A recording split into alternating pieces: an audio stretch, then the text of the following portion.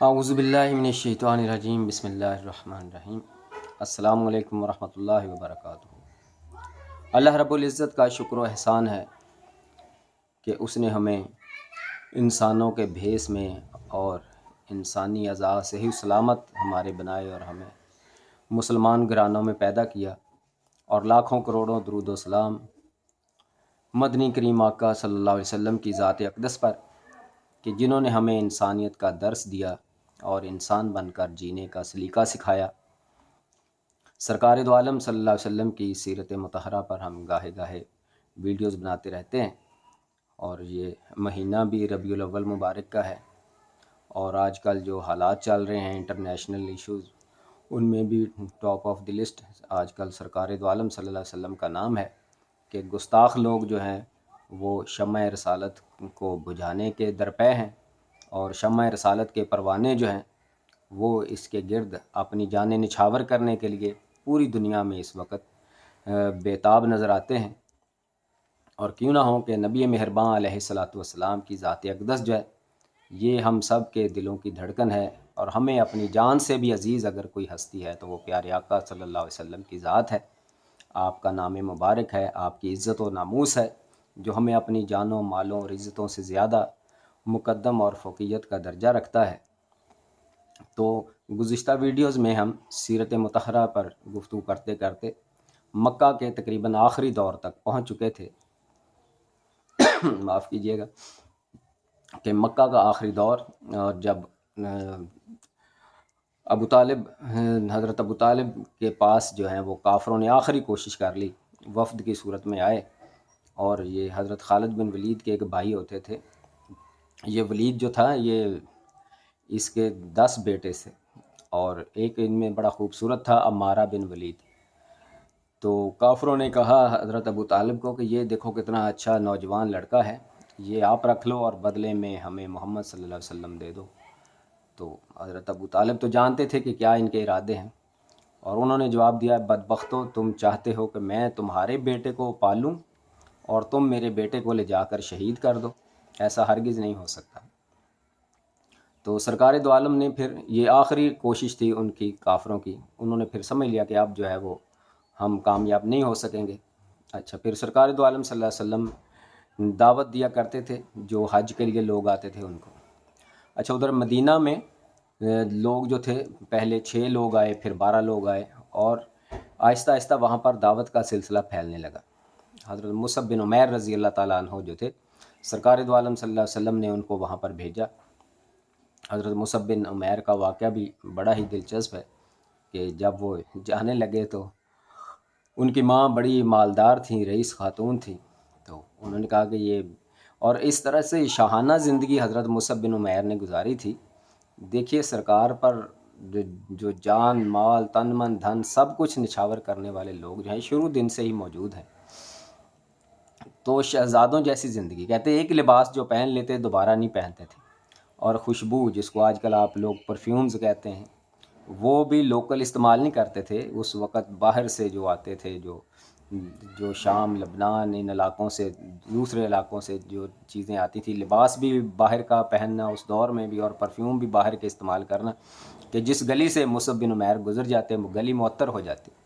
لوگ کہتے تھے کہ اگر مصعب بن عمیر کو ڈھونڈنا ہے تو خوشبو کے پیچھے پیچھے چلو، تمہیں مصعب مل جائے گا۔ تو وہ صحابی رسول، انہوں نے سارا کچھ قربان کیا۔ سرکار دو عالم صلی اللہ علیہ وسلم نے جب حکم دیا کہ آپ کو مدینہ والوں لوگوں کے ساتھ جانا ہے، تو گھر گئے ہیں تیاری کرنے کے لیے، تو ماں نے کہا سارا کچھ دے دو، میرا مال ہے اور تم میرے نہیں ہو تو کچھ بھی تمہارے ساتھ نہیں جائے گا۔ حتیٰ کہ جو تن پر لباس تھا وہ بھی اتار لیا، اور جو بوری ہوتی نا آج کل ٹاٹ جس کو کہتے ہیں،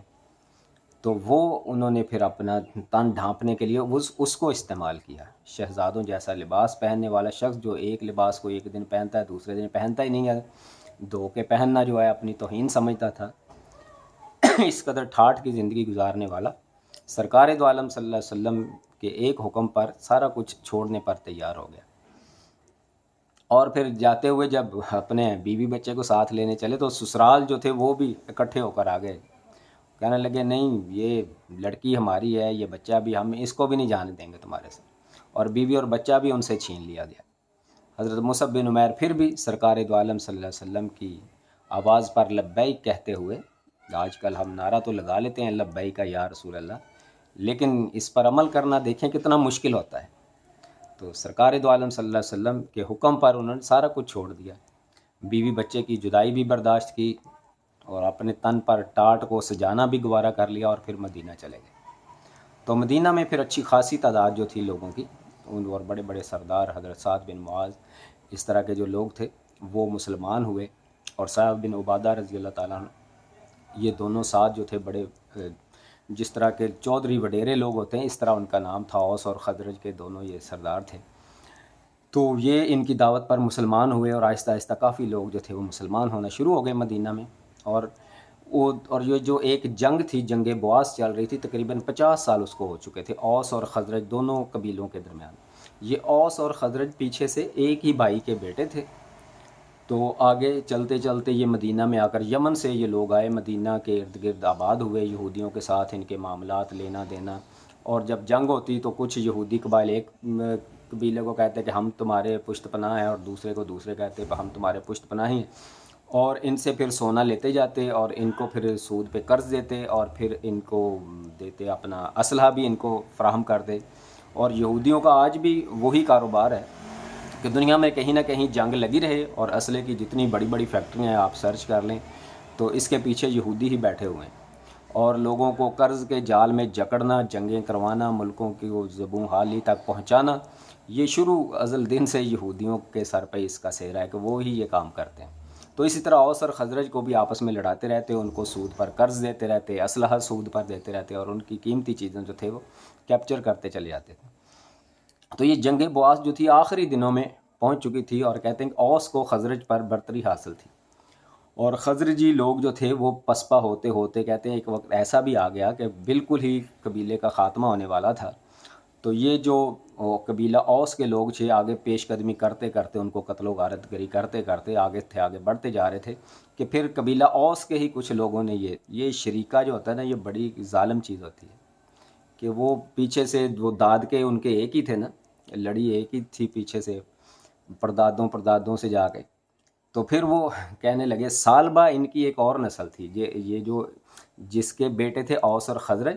اس کا بھائی تھا سالبہ۔ تو سالبیوں کی جو نسل تھی وہ بھی تھوڑے فاصلے پر آباد تھی مختلف علاقوں میں، یمن وغیرہ میں۔ تو پھر قبیلہ اوس کے لوگوں نے کہنا شروع کر دیا، او یار ان کو مت مارو، سب کو ختم نہ کر دو، یہ تو پھر بھی ہمارے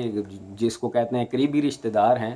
تو ان کے پڑوس میں رہنا اچھا ہے بجائے اس کے کہ ہم سالبیوں کے پڑوس میں باقی زندگیاں گزاریں۔ یعنی سالبی جو ہیں وہ تو ہمارے دور کے رشتہ دار بانتے ہیں، تو یہ ذرا کلوز رشتہ دار ہیں، اس لیے ان سب کو ختم نہ کرو۔ تو اس طرح سے انہوں نے جنگ کو روکا، تھوڑا سا اس میں وقفہ آیا۔ اور پھر یہ جو قبیلہ خزرج تھا، اس میں بنو نجار جو تھا، وہ آپ نے اگر پچھلی ویڈیوز دیکھی ہوں یا تاریخ کا مطالعہ کیا ہو، تو حضور صلی اللہ علیہ وسلم کے دادا جناب ابو طالب، جناب عبد المطلب جو ہیں، یہ پیدا ہوئے تھے مدینہ کی ایک عورت سے، اور جناب ہاشم جو حضور کے پردادا ہیں انہوں نے شادی کی تھی مدینہ میں، اور ان سے یہ قبیلہ نجار جن کی بچیوں نے حضور کا دف بجا کر استقبال کیا تھا، تو یہ بنو نجار کے جو لوگ تھے، پھر ان کے ذہن میں یہ آئیڈیا آیا کہ یار ہم تو کمزور ہوتے چلے جا رہے ہیں، تو کیوں نہ ہم جا کر عبد المطلب کی اور ہاشم کی جو نسل ہے، جو قبیلہ قریش ہے، بنو مطلب بنو ہاشم ہے، ان سے ہم مدد لیں، جنگی مدد لیں، اور ہم زوردار مقابلہ کریں ان کے ساتھ، اوس والوں کے ساتھ۔ تو اس سلسلے میں وہ حاجیوں کے روپ میں بھی گئے، اور باقاعدہ اس نیت سے بھی گئے کہ وہاں سے جنگی مدد لے کر آئیں۔ تو وہاں جب یہ لوگ پہنچے تو دیکھا کہ سرکار دو عالم صلی اللہ علیہ وسلم جو دعوت اور تبلیغ کر رہے ہیں، تو پھر ان کو یہودیوں کی وہ باتیں یاد آئیں کہ یہودی کہتے تھے کہ یہ وقت آنے والا ہے، ماحول بن چکا ہے، ایک آخری نبی آئے گا، پھر جو لوگ اس کا ساتھ دیں گے پوری دنیا پر ان کا غلبہ ہو جائے گا، اور دنیا میں بھی خیر ان کو ملے گی اور آخرت کی بھلائیاں بھی ان کو ملیں گی۔ تو انہوں نے کہا کہ واقعی یہ نشانیاں تو ساری حضور صلی اللہ علیہ وسلم میں ہی ہیں، وہ جو نشانیاں یہودیوں نے ہمیں بتائی ہیں۔ تو انہوں نے کہا بجائے اس کے کہ یہودی ہم سے سبقت لے جائیں، انہوں نے جنگ کو کہا مارو گولی، سرکار دو عالم صلی اللہ علیہ وسلم کے ہاتھ پر بیعت کریں۔ اور جب وہ پھر وہی بات شریکے والی آ گئی، جب دیکھا اوس والوں نے یار خزرج والے جو ہیں یہ خیر سمیٹ رہے ہیں، پیارے آقا صلی اللہ علیہ وسلم کے ہاتھ پر پے در پے بیعت کرتے جا رہے ہیں، تو اوس والے بڑھ کے آگے ہوئے، اور انہوں نے کہا کہ یہ ہم اس خیر سے محروم کیوں رہیں، یہ جو ہمارے کزن ہیں، ہمارے بھائی ہیں، ہمارا شریکہ ہے، یہ ہم سے نمبر نہ لے جائے۔ تو اوس والے جو تھے وہ بھی آگے بڑھے اور انہوں نے بھی سرکار دو عالم صلی اللہ علیہ وسلم کے ہاتھ پر بیعت کی اور پھر آپ کو دعوت دی کہ آپ آئیں، تشریف لے آئیں۔ تو جب آخری وہ جس کو کہتے ہیں نا گھاٹی میں جو بیعت ہوئی تھی، یہ بیت عقبہ اولیٰ اور بیت عقبہ ثانی، 2 بار جو مکہ سے باہر ایک گھاٹی تھی، وہاں پر سرکار دو عالم جاتے، تشریف لے جاتے اور سارے انصار جو تھے، اوس اور خزرج کے جو لوگ تھے، وہاں پر آ جاتے اور سرکار ان سے خطاب کرتے۔ اور آخری بار جب جانے لگے ان کے ساتھ، انہوں نے کہا کہ ٹھیک ہے، ہم اپنے جان مال تن من دھن سب کچھ آپ پر قربان کر دیں گے، آپ کی حفاظت کریں گے، پوری دنیا سے بھی لڑنا پڑا تو ہم لڑیں گے۔ کیونکہ سرکار دو عالم جس قبیلے سے بھی بات کرتے تھے، اس کو یہ لازمی کہتے تھے کہ اگر ہمیں پناہ دینی ہے تو پھر ہو سکتا ہے کہ تمہیں پوری دنیا سے بھی محاذرائی مول لینا پڑے۔ تو یہاں بھی انہوں نے کہا کہ ٹھیک ہے، ہم سرکار کو لے کے جائیں گے اپنے ساتھ، تیار ہو گئے اس بات پر۔ اور پھر حضرت عباس رضی اللہ تعالیٰ عنہ نے آخر میں بھی ان کو تاکید فرمائی کہ جو خود تو ابھی وہاں نہیں جا سکتے تھے ہجرت کر کے، اور بعض روایات میں ہے کہ ابھی اسلام بھی نہیں لائے تھے، غزوہ بدر کے بعد مسلمان ہوئے، انہوں نے کہا کہ میرے بھتیجے کا یہاں نام ہے، مرتبہ ہے، مقام ہے، یہاں ہمارا قبیلہ ہے، ہم اپنی جانیں قربان کر کے بھی ان کا دفاع کریں گے۔ اے مدینہ کے لوگوں، اگر تو تم کل کو ان کی جو ہے نا پشتی بانی سے یا ان کی حفاظت سے ہاتھ کھینچ لو گے تو آج ان کو یہیں چھوڑ دو۔ تو پھر مدینہ کے لوگ کھڑے ہوئے باری باری، انہوں نے بھی پھر آگے پرجوش تقاریر کی اور کہا کہ نہیں، سرکار دو عالم صلی اللہ علیہ وسلم جو ہمیں حکم دیں گے ہم اس پر لبیک کہیں گے، حتیٰ کہ ہمیں سمندروں میں اترنے کا حکم دیں گے ہم تب بھی لبیک کہیں گے۔ تو ہم نے ان کو مدینہ میں لے کر جانا ہی جانا ہے۔ تو پھر یہ بات طے ہو گئی کہ سرکار دو عالم صلی اللہ علیہ وسلم بھی مدینہ میں جائیں گے۔ تو مسلمان جو تھے وہ مکہ سے نکلنا شروع ہو گئے، ہجرت شروع ہو گئی مدینہ کی طرف جانا ہے۔ تو حضرت ابوبکر صدیق رضی اللہ تعالیٰ عنہ اس انتظار میں تھے کہ کب مجھے حکم ملے کہ میں بھی جاؤں۔ تو سرکار نے ان سے کہا کہ ہم دونوں اکٹھے جائیں گے، تو وہ بڑے خوش ہوئے کہ ہم اکٹھے چلے جائیں گے۔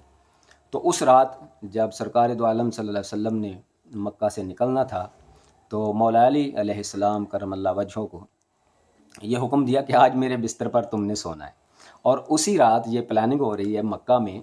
کہ ابو جہل جو ہے وہ کہہ رہا ہے کہ ہر قبیلے کا ایک ایک بندہ تلوار لے کے آ جائے، تو یک بارگی نعوذ باللہ محمد صلی اللہ علیہ وسلم کو قتل کر دیں گے۔ تو بنو ہاشم جو ہیں پھر دیکھتے ہیں کس کس کے ساتھ لڑتے ہیں، کس کس سے قصاص لیتے ہیں، اور معاملہ جو ہے وہ دیت پر آ جائے گا، اور پھر ہم جو ہیں وہ جرمانہ دے کر جان چھوٹ جائے گی ہماری۔ اچھا، یہ پلاننگ بھی ہو رہی ہے۔ سرکار دو عالم کا جو بستر ہے وہ سمجھ لیں کہ ایک اس طرح ہے کہ جس پر موت آنے والی ہے ابھی، لیکن مولا علی کی عظمت کو سلام کہ انہوں نے کہا ٹھیک ہے جی، آپ کا حکم ہے تو میں لیٹتا ہوں یہاں پر۔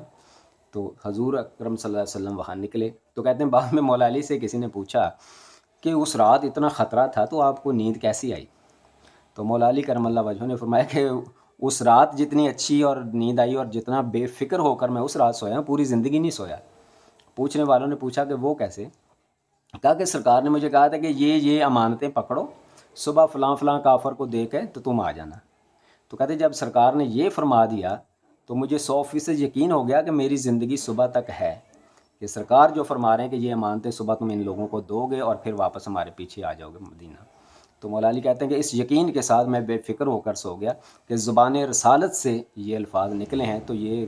کبھی ضائع نہیں جا سکتے، یہ اللہ تعالیٰ ان الفاظ کو ضرور پورا کرے گا۔ تو مولا علی وہاں سوئے رہے، اور کافروں نے رات کو بڑی پلاننگ کے ساتھ بڑا ایکشن لے کر انہوں نے حملہ کیا، چاروں طرف سے دیواریں پھلانگ کر ادھر ادھر سے جب پہنچے وہاں پر جا کے چادر اٹھائی تو دیکھا تو مولا علی جو ہے وہ سو رہے ہیں آرام سے، اور کافر ناکام و نامراد وہاں سے پھر واپس دفع ہو گئے۔ تو سرکار دو عالم صلی اللہ علیہ وسلم وہاں سے مکہ سے نکلنے میں کامیاب ہوئے، اور 3 دن اس میں غار ثور میں قیام فرمایا، اور وہاں سے پھر حضرت ابوبکر صدیق کے ساتھ، اور حضرت ابوبکر صدیق کے غلام تھے عامر بن فہیرہ، ان کے ساتھ، اور ایک گائیڈ جو تھا وہ کافر تھا، اس کو معاوضہ دیا تھا کہ تم ہمیں مدینہ تک پہنچاؤ گے، اور جو ایک معروف راستہ ہے، جو عام روڈ ہے جہاں سے لوگ جاتے ہیں، وہاں سے نہیں جانا ہم نے، جو خفیہ راستے ہیں وہاں سے ہم نے جانا ہے۔ تو وہ حالانکہ اس دور میں کافروں نے 100 اونٹ کا انعام کا لالچ بھی دیا ہوا تھا، لیکن کافر ہونے کے باوجود اس شخص نے جو کمٹمنٹ کی تھی اس پر وہ پورا اترا۔ اس نے کہا ٹھیک ہے جی، آپ کے ساتھ میری بات ہو چکی ہے تو میں آپ کو لے کر جاؤں گا۔ ہر قوم میں خوبیاں اور خامیاں ہوتی ہیں، تو اللہ تعالیٰ نے یہ چیزیں رکھی ہوئی تھیں عرب کے لوگوں میں کہ وہ جاہل تھے، مشرک تھے، جو بھی تھا ان میں، لیکن کچھ خاصیتیں ان میں تھیں کہ جیسے مہمان نوازی کرنا، اس میں بڑھ چڑھ کر حصہ لینا، اور جنگ میں کبھی پیٹھ نہ پھیرنا، اور جو بات کر دی ہے اس پر پہرا دینا، اس پر عمل کرنا، کسی کو کال دے دیا ہے تو اس کو نبھانا، ٹھیک ہے، اور یہ جو ہے سخاوت اور فیاضی، اس طرح کے کاموں میں بڑھ چڑھ کر حصہ لینا. تو یہ اس طرح کی خوبیاں تھیں جو اللہ تعالیٰ کو پسند آئیں. تو تبھی اللہ تعالیٰ نے یہ فیصلہ کی کہ یہاں پر میں سرکار دو عالم صلی اللہ علیہ وسلم کو مبعوث فرماؤں، اور یہ واقعی وہ قوم ہے جو کہ یکجان ہو کر میرے اس دین کو، اس کے غلبہ کے لیے جو ہے وہ پوری دنیا پر چھائیں گے. اور دیکھا آپ نے کہ واقعی پھر وہی لوگ جو تھے وہی رضوان اللہ علیہم اجمعین بنے، اور کس طرح سے دنیا پر انہوں نے دین کو پہنچایا. تو سرکار دو عالم صلی اللہ علیہ وسلم پھر غار میں جب چلے گئے، اور وہاں سے پھر آپ مدینہ کا جو سفر ہے وہ انشاءاللہ آئندہ کسی ویڈیو میں بیان کریں گے. اللہ رب العزت سے دعا ہے کہ ہمیں نبی مہربان صلی اللہ علیہ وسلم کے قدموں کے خاک کے پیچھے پیچھے چلنے کی توفیق عطا فرمائے. حضور اکرم صلی اللہ علیہ وسلم کی عزت اور آبرو اور آپ کے ناموس پر ہمیشہ اپنی جانیں قربان کرنے کے لیے ہمیں تیار رہنے کی توفیق عطا فرمائے. اور دنیا میں جو رسالت مآب صلی اللہ علیہ وسلم کے ناموس کے دشمن ہیں ان سب کو غارت فرمائے، اور مسلمانوں کو باہمی اتحاد اور اتفاق کے ساتھ رہنے کی توفیق عطا فرمائے، اور ہماری نوجوان نسل کو خصوصاً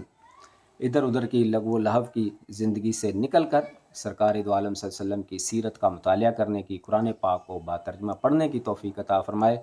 والسلام علیکم ورحمۃ اللہ وبرکاتہ.